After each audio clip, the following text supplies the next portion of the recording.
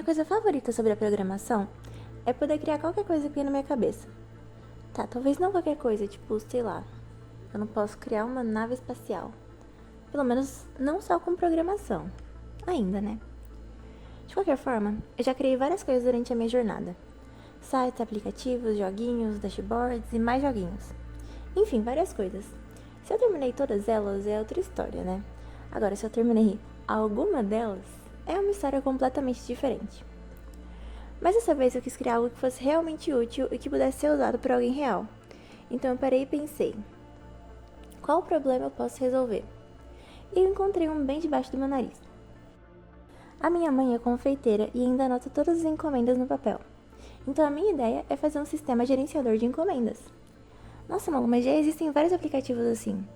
Ok, cara, mas eu quero fazer o meu. Você pode, por favor, respeitar minha decisão? E eu não queria fazer de qualquer jeito, não. Eu quis ser profissional. Então eu separei todas as etapas do desenvolvimento bonitinhas. Primeiro, pesquisa. Depois, levantamento de requisitos. Prototipagem e modelagem. E, por fim, um MVP. Se você não sabe o que é MVP, significa Mínimo Produto Viável, que é basicamente uma versão inicial do projeto, com as coisas mais básicas necessárias. Sem muita firula, para ser feito rápido mesmo. Principalmente para me ajudar a não perder o foco e começar um projeto completamente diferente. Eu entrevistei o total de 3 pessoas. Eu mesma e mais 2 moças.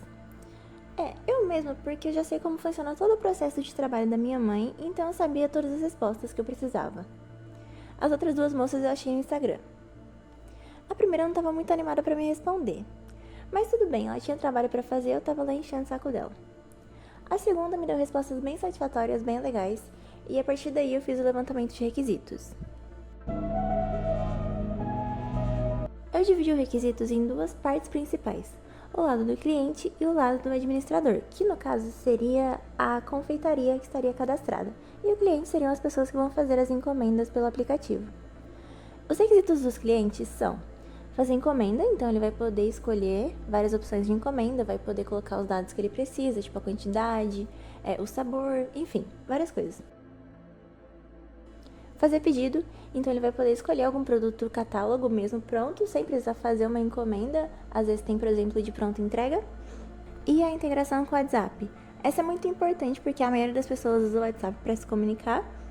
Então, assim que o cliente fizer uma encomenda ou um pedido, ele vai receber uma mensagem automática no WhatsApp dizendo que ou a encomenda ou o pedido dele foi aprovado. No lado do administrador, ele vai precisar fazer login. O cliente não precisa porque é só ele fazer o pedido ou a encomenda que eles vão poder continuar a comunicação pelo WhatsApp mesmo. O administrador, no caso sendo a confeitaria, precisa fazer o login para poder cadastrar os produtos e fazer um gerenciamento de encomendas. Então vai ter uma interface com todas as encomendas solicitadas pelos clientes, com as informações necessárias. Então vai ter o nome do produto, a quantidade de produtos que tem na encomenda, os dados do cliente, enfim. Tudo o que precisa ali para gerenciar as encomendas. Elas vão ser categorizadas por status, então vai ter o status não iniciada, em andamento e concluída.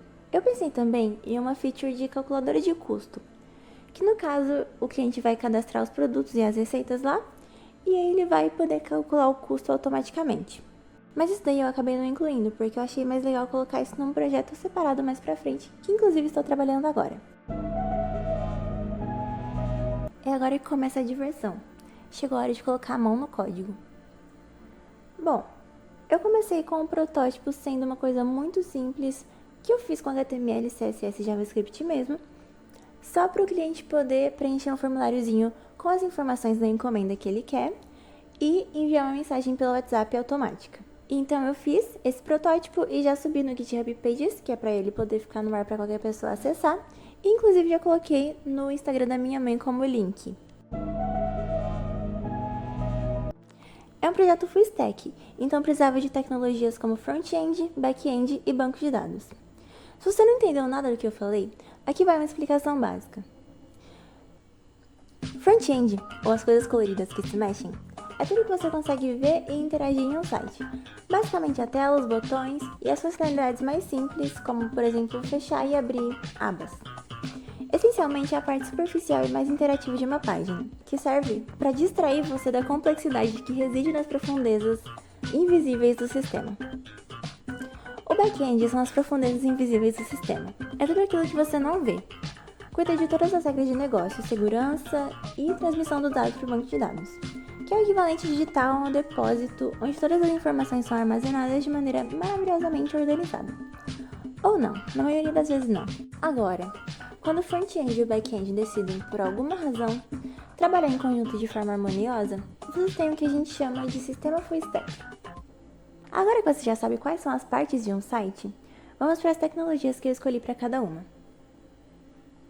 Bem, no front-end nós temos o framework React, que é muito usado em projetos web. Ele usa a linguagem JavaScript na maioria das vezes, mas eu vou usar o TypeScript.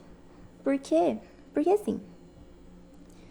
Para armazenamento de informações, eu usei o sistema gerenciador de banco de dados PostgreSQL, que, como todos os gerenciadores de banco de dados, gerencia o banco de dados. Já no back-end, eu usei o Java. Sim, aquela linguagem que, por razões desconhecidas, todo mundo odeia sem nem mesmo nunca ter feito uma linha de código nela. E foi por aí mesmo que eu comecei.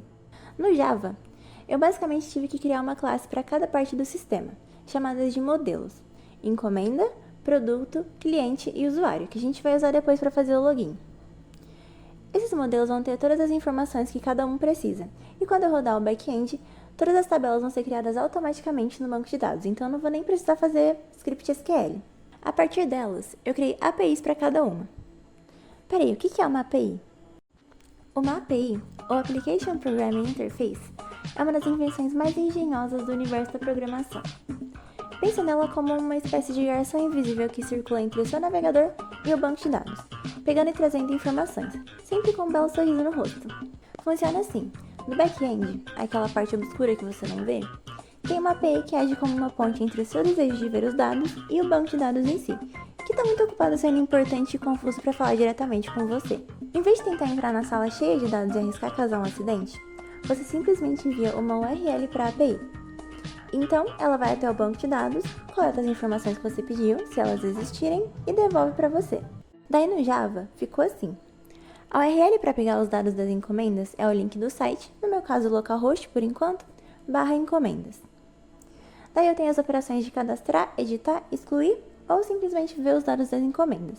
E isso para todas as partes da aplicação, produtos, clientes e usuário. Basicamente a mesma estrutura para cada um. Isso de uma forma simplificada, porque se eu fosse explicar tudo o que eu tive que fazer para isso funcionar, eu teria que fazer um vídeo inteiro só disso. Agora vem a parte que eu particularmente acho um terror: o front-end. O front-end tem duas funções principais: pegar as informações da API e exibi-las em telas bonitinhas. Para isso, eu programei arquivos chamados de hooks, que fisgam as informações da API usando a URL que eu comentei antes, e aí retorna tudo para eu poder usar nas telas. Falando em telas, o React funciona usando componentes. Então, basicamente, você pode criar cada parte da tela separadamente e depois juntar tudo como se fosse um grande quebra-cabeça. A vantagem disso é poder usar o mesmo componente em mais de uma tela. Depois de um pouco de sofrimento no front-end, eu consegui terminar e ficou assim. Eu consigo deixar todas as telas dinâmicas e atualizadas de acordo com os dados do banco de dados, justamente por causa dos hooks que pegam os dados da API.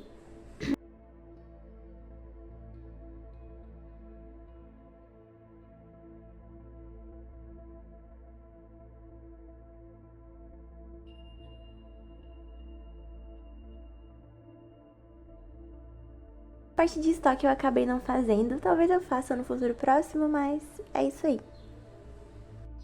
Mas ainda não acabou não, falta ainda uma parte muito importante: a parte de login do usuário. É aqui que o filho chora e a mãe também. Quando eu cheguei nessa parte, eu olhei para a tela do PC. A tela do PC olhou para mim. Eu disse: eu não faço a mínima ideia de como começar a fazer isso. E a tela do PC olhou para mim com cara de dó. E aí eu tive que parar para estudar. Então eu finalmente me senti pronta para começar a programar. Uai.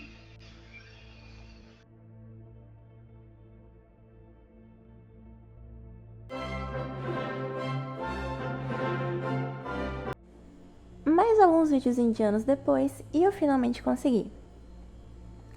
Resumidamente, nessa parte temos configurações de segurança, então eu coloquei todas as URLs que poderiam ser acessadas, quais métodos poderiam ser usados e quais partes do sistema poderiam ser feitas sem autenticação, no caso, a tela de login e de registro, e quais partes o usuário precisa estar autenticado para acessar. Usei a classe de usuário para armazenar e-mail e senha, e também fiz a parte de token de autenticação. Então, basicamente, quando o usuário insere o e-mail e a senha dele, a API verifica se essas informações existem no banco de dados e devolve um código para o front-end. Esse código é armazenado em um tipo de seção no navegador, e o usuário vai poder acessar qualquer parte do sistema enquanto esse código durar. No caso, eu posso definir um período de tempo para ele permanecer válido. Feita toda essa configuração, eu pude criar a tela de login e testar no front-end.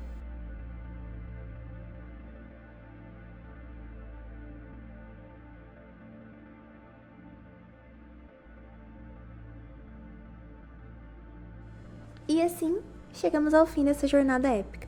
A saga de como eu criei um projeto full stack do zero. A gente viu de tudo, desde os primeiros esboços inocentes e otimistas, até os momentos em que o sistema parecia adquirir uma personalidade própria e decidia parar de funcionar por puro capricho mesmo. A gente passou pelas etapas de design, pesquisa, prototipagem, levantamento de requisitos e pelo MVP, ou como eu gosto de chamar, a versão que funciona, mas com aquele detalhe que só eu sei que tá errado. Ou com uma tela escrito em construção, mas que provavelmente nunca vai existir. Com algumas linhas de código, ou várias, né? A gente conseguiu transformar uma ideia simples em algo que pode realmente ser usado para gerenciar uma confeitaria. E isso, meus amigos, é um pequeno milagre, ou um grande milagre, né? Dependendo aí da perspectiva. Para mim é um grande milagre. Agora, se você me perguntar, Malu, o sistema tá perfeito? A resposta nessa seria, obviamente não. Mas tá funcional. E no mundo da programação, isso aí é o equivalente a descobrir o sentido da vida, cara. Então, até a próxima aventura. Tchau!